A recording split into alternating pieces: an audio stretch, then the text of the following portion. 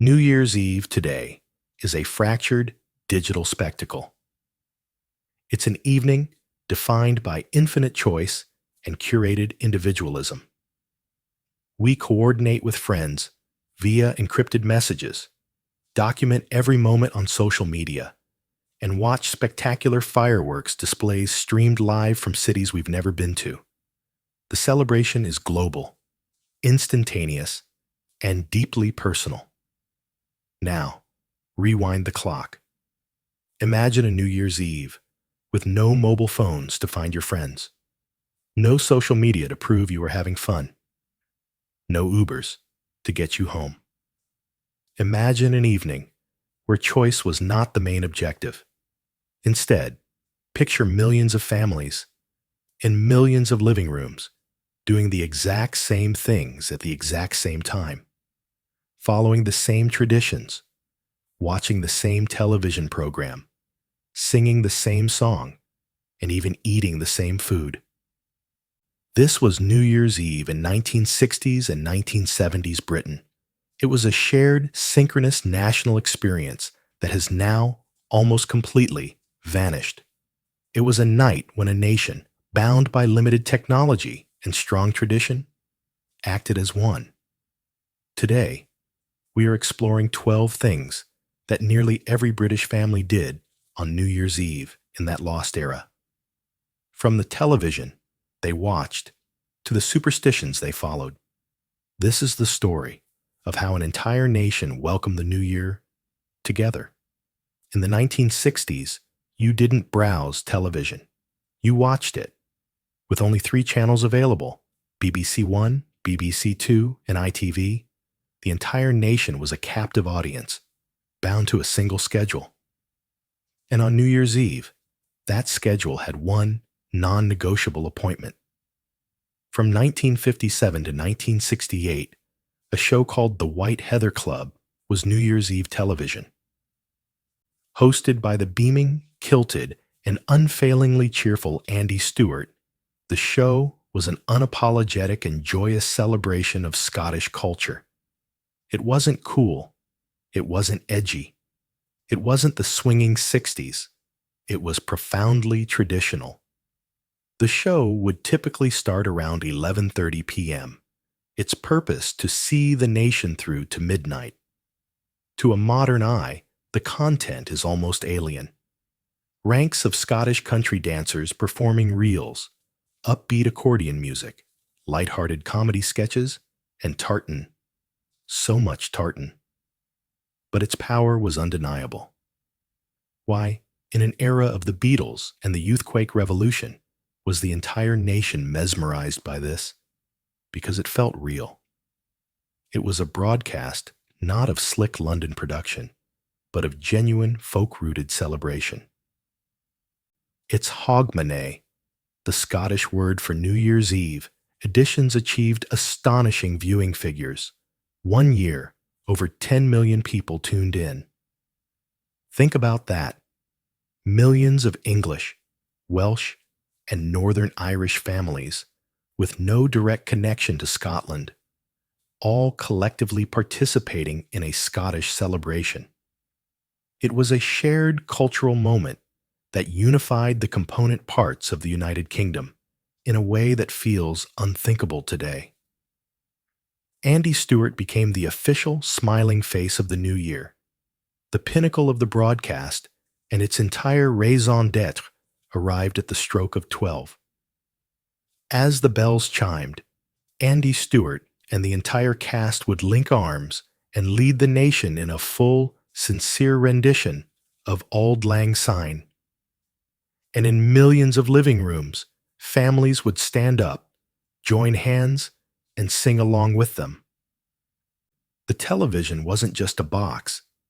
It was the national hearth, a central point that connected every home.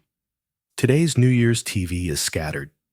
You might watch Jools Holland's Hootenanny, itself a pre-recorded tradition, the fireworks, or more likely, something on Netflix.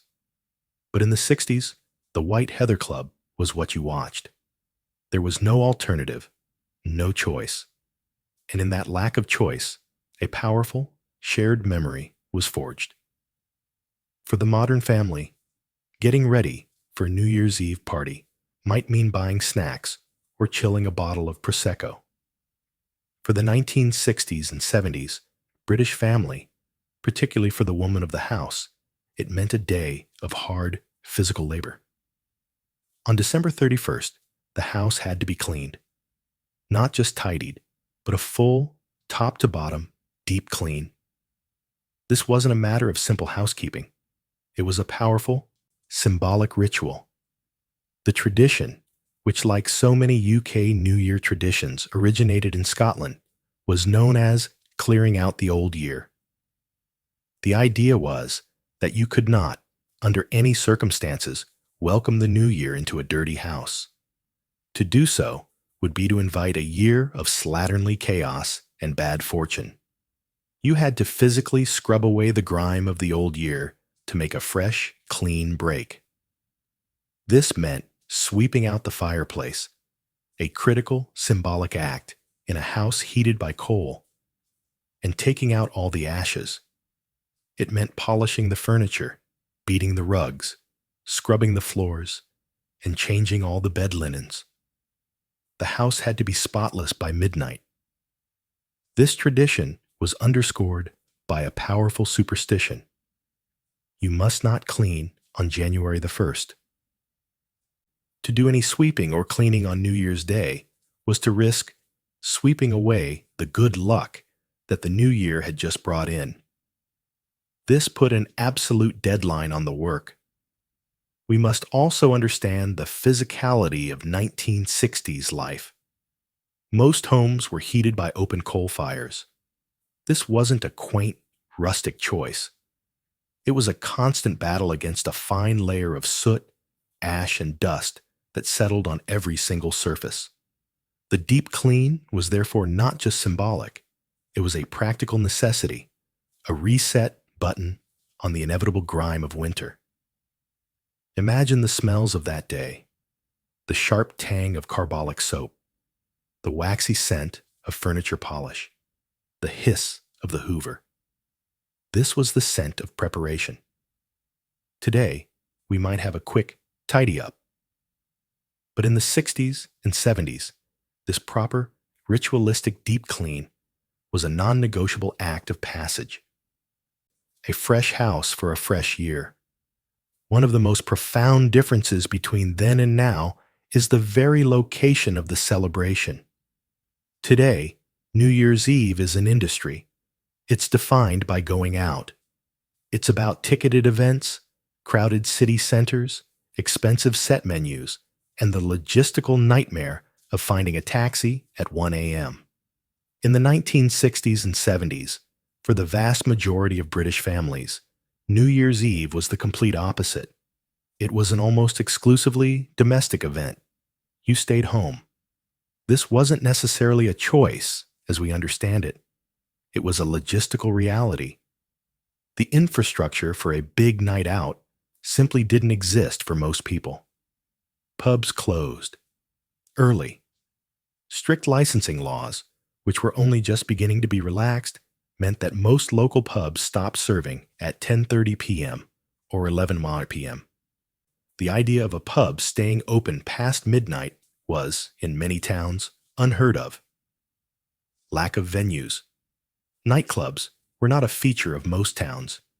They were a big city phenomenon, often seen as slightly disreputable.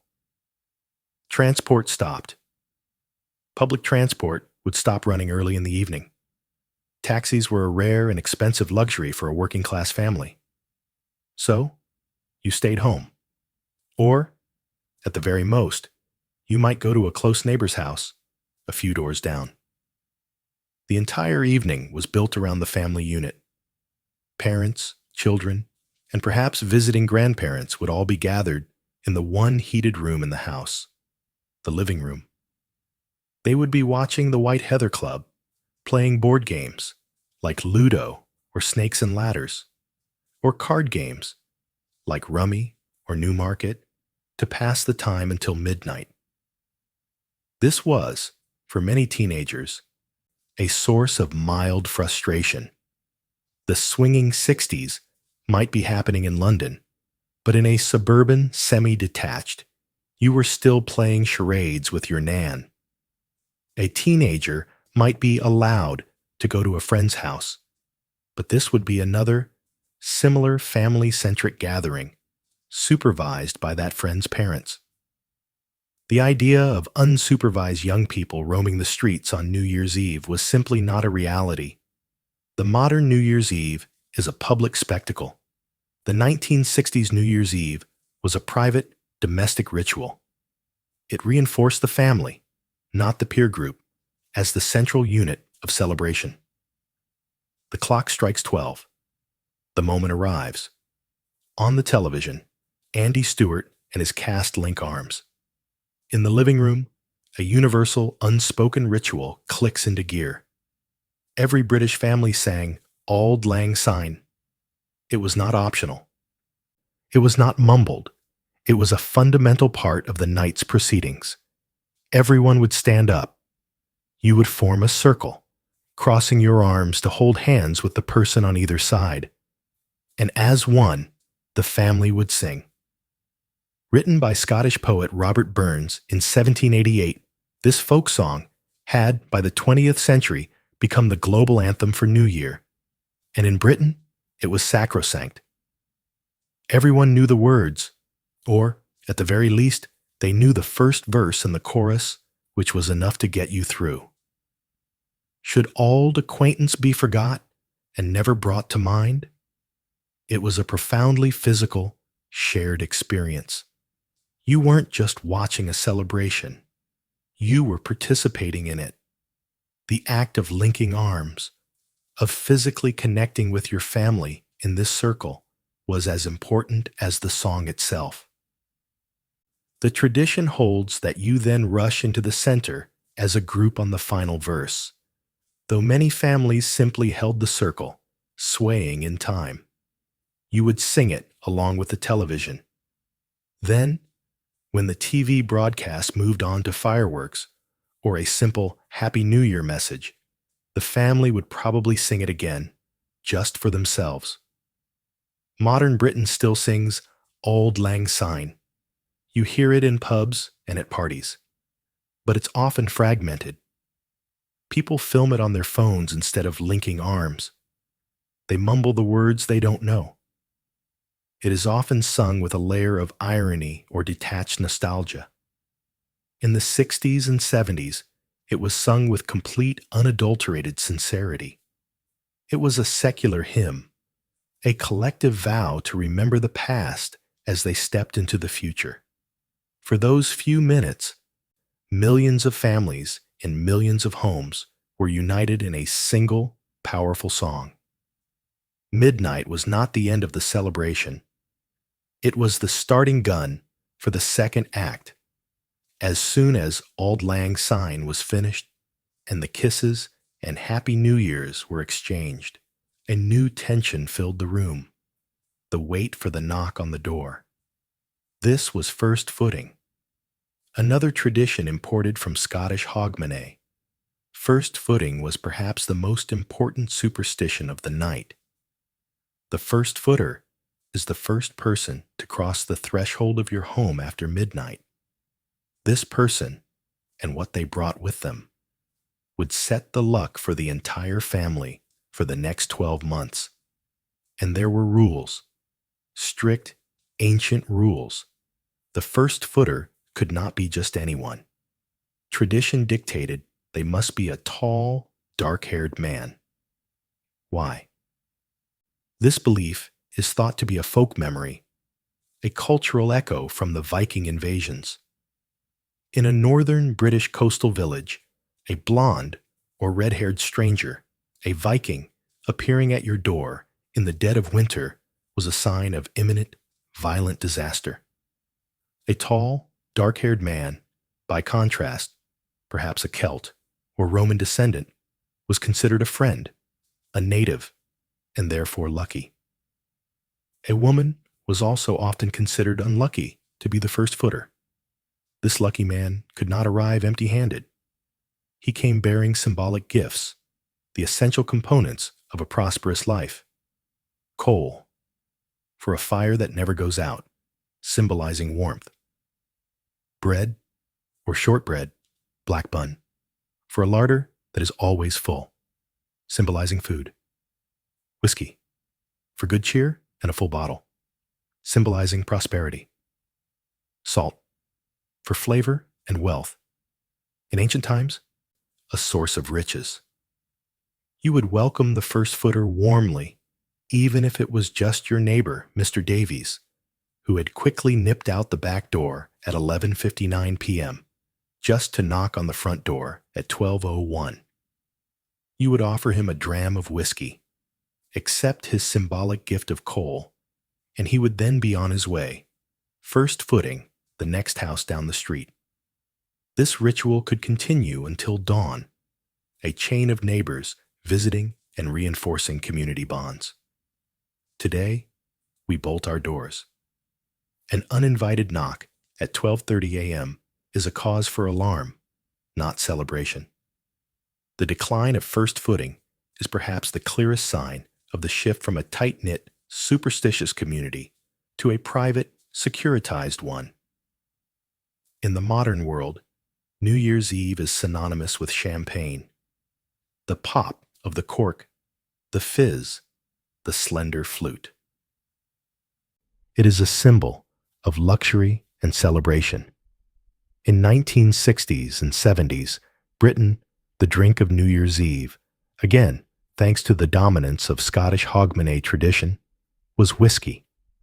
Every single British home, even those of families who rarely drank or were virtual teetotalers, would have a bottle of whiskey ready. It was not a celebratory choice. It was an essential prop for the night's rituals. At midnight, after Auld Lang Syne, a dram, a small measure of whiskey, would be poured for the adults. A toast would be made, Happy New Year. Glasses would be clinked, and the spirit would be drunk. The whiskey was practical. Champagne is French. It's expensive. It's frivolous. Whiskey is, in this context, native. It is warming, robust, and serious. It is a drink designed to fight off the winter cold, a liquid fire to toast the future. Its primary function, however, was for hospitality. It was the currency of the night. You had to offer a dram to the first footer. It was the reciprocal payment for the luck they brought. Children, too, were included in this ritual, in their own way. A child might be given a treat of a thimbleful of whiskey in their lemonade, or simply be given their lemonade in a proper adult glass, so they could cheers with the grown-ups. This wasn't about partying. It was about a shared communal toast, and the whiskey was the traditional, unchanging medium for that toast. Just as the drink was traditional, so was the food. The modern New Year's Eve spread consists of disposable party snacks, bowls of crisps, dips, sausage rolls, and frozen nibbles. The food of a 1960s-70s New Year's Eve was something else entirely. It was traditional, heavy, and symbolic. The two pillars were shortbread and the mighty black bun. Shortbread was the more accessible of the two. Buttery, crumbly, delicious fingers or rounds. It might be homemade, the smell of it, baking on December 30th, filling the house. Or it might be a tin of Walker's, the box inevitably covered in tartan. But the black bun was the true, archaic heart of the New Year's table. It is difficult to describe a black bun to a modern audience.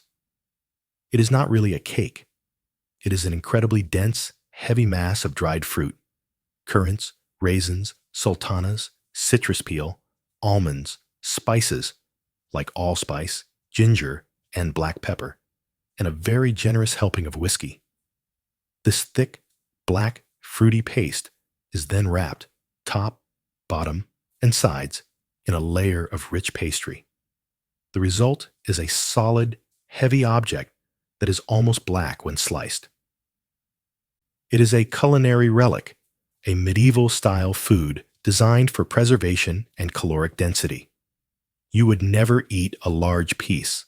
A small, thin slice was all that was required. Like the whiskey, this was not party food. This was fuel. This was tradition.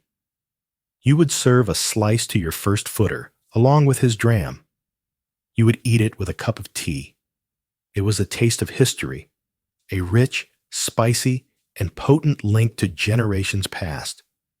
Of all the traditions, this one perhaps best demonstrates the deep-seated, almost pagan superstition that underpinned the night. At the stroke of midnight, many families would perform a ritual of renewal. They would go through the house and open all the doors and windows, both front and back. This act, for just a few moments, would send a freezing cold gale rushing through the house. Think about this. It is the dead of winter. You have spent all evening and a small fortune in coal trying to keep one room warm. And yet, at the most important moment, ritual demands you throw open the entire house to the elements. The symbolism was precise and powerful. You were physically letting the old year out and letting the new year in. In some regions, the tradition was even more specific. The old year must be let out the back door just before midnight, and the new year must be welcomed in through the front door just after. It was, in effect, creating a symbolic pathway for time itself to move through the home. It was an act of renewal, of clearing the air in the most literal sense. It was a fresh, cold, bracing start. Today, in our hermetically sealed, centrally heated homes, the idea of deliberately inviting a blast of freezing air is anathema. But in the 60s and 70s, this symbolic, spiritual act was for many more important than momentary comfort. Today, the sound of midnight is the explosive, percussive crackle and boom of fireworks. In the 1960s and 70s, fireworks were almost exclusively for November 5th, Bonfire Night. The sound of New Year's Eve, the soundscape that defined the midnight moment for most of the nation, was the sound of church bells. Across Britain, churches would ring in the new year. Families would listen for them. Even with the White Heather Club on, a window might be cracked open, despite the cold, to listen for the bells of the nearest parish church. You would hear the 12 strikes for midnight. And then this would be followed by celebratory peals, a more joyful, chaotic, overlapping ringing as the bell ringers celebrated. In towns and cities, the sound would be a cacophony, with multiple churches all ringing at once, the sound carrying for miles on the cold, clear air. For more devout families, this was more than a sound. It was an invitation. Many churches held a watch night service, a tradition that originated with the Methodists. Families would attend this service, praying the old year out and welcoming the new year with worship and reflection. Britain is a far more secular and far noisier country now.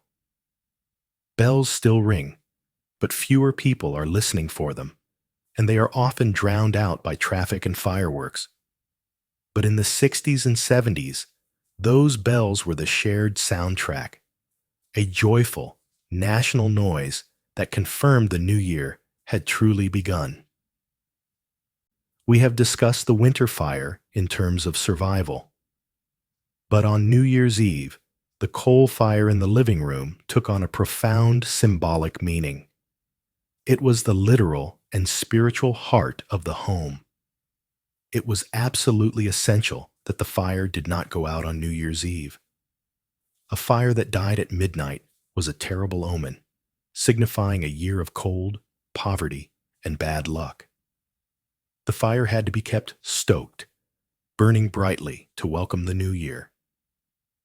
This is why the first footer's gift of coal was so important.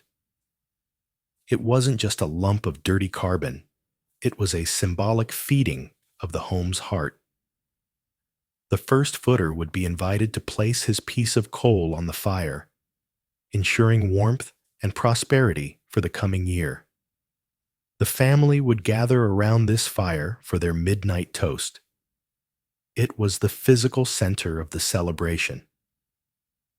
And when the night was finally over, in the small hours of the morning, the banking of the fire was a crucial final ritual. You wouldn't let it go out. You would pile slack, small, dusty coal on top so it would smolder slowly rather than burn out. The goal was to wake up on New Year's Day, and upon raking the ashes, find glowing embers still alive underneath. A still living fire meant the luck of the house had been carried safely into the new year. With the advent of central heating, this powerful, daily renewed symbol of life and luck has been completely lost. For a child in the 1960s or 70s, life was governed by rigid, non-negotiable rules. Bedtime was one of them. 7:30 p.m., 8:00 p.m., 9:00 p.m. Whatever it was a line that was never crossed, except for one. One magical, glorious night of the year, New Year's Eve. The greatest excitement for a child was not the food or the drink. It was the rare, exhilarating privilege of being allowed to stay up until midnight. This was a rite of passage. It was a test of endurance. You would see children, high on fizzy lemonade and shortbread, desperately trying to fight off sleep. The parents would help, initiating board games or card games specifically to pass the time and keep the children awake. As 10:30 p.m. crept towards 11 p.m., the battle would be lost by the younger ones. They would fall asleep on the sofa or on a rug in the warmth of the coal fire. Parents would often let them sleep, only to gently wake them at 11:55 p.m. Wake up! Wake up! It's almost midnight. The children would be hauled to their feet, rubbing their eyes, just in time to join the countdown. They would stand, bleary-eyed and confused, in the family circle for Auld Lang Syne, be given a kiss and a Happy New Year, and then, almost immediately, be bundled off to their cold beds. The magic was over. In our modern, screen-filled world, children's bedtimes are more flexible, and staying up late is less of a novelty. But in that more rigid era, this one night of broken rules was the very definition of excitement. This is the final, crucial element. New Year's Eve didn't end at 12:15 a.m. As the first footing ritual implies, the celebration was a marathon, not a sprint. Once the family's private moment was over, the community phase began. The men, in particular, might go out to first foot several houses down the street, and, in turn, they would receive a stream of visitors. The front door, which was normally locked against the cold, became a revolving door of neighbors, friends, and family. This would continue for hours. The bottle of whiskey would be drained. The black bun would be sliced. The celebration would roll on, fueled by conversation, community, and shared tradition. It was not at all uncommon for families to still be up, celebrating, drinking tea, and talking as the first, weak, gray light of New Year's Day began to creep through the windows. You might finally get to bed at 4 or 5 in the morning, exhausted but happy. How was this possible? How could an entire working-class nation afford to do this? The answer is simple. January 1st was a bank holiday. The entire nation had a collective, state-sanctioned day to recover. You could sleep late. You could recuperate. The day was a write-off, designed for nursing, a whiskey head, and eating leftovers. Modern celebrations are often cut short by logistics, the last train, the babysitter, the surge pricing on the Uber, the dread of work the next day. But in the 60s and 70s, New Year's Eve was a genuine all-night festival, a marathon of community that only ended when the sun came up. These 12 traditions paint a picture of a very different Britain. Watching the White Heather Club, the ritual deep clean, staying home with family, singing Auld Lang Syne in a circle, the tall dark-haired first footer, the essential whiskey, the dense black bun, opening the doors to the cold, listening for the church bells, the living coal fire, the privilege of children staying up, and the all-night celebration that followed. These were not quaint, isolated customs. They were a universal script. Every British family was, in effect, participating in the same shared national celebration. Modern New Year's Eve is individualized.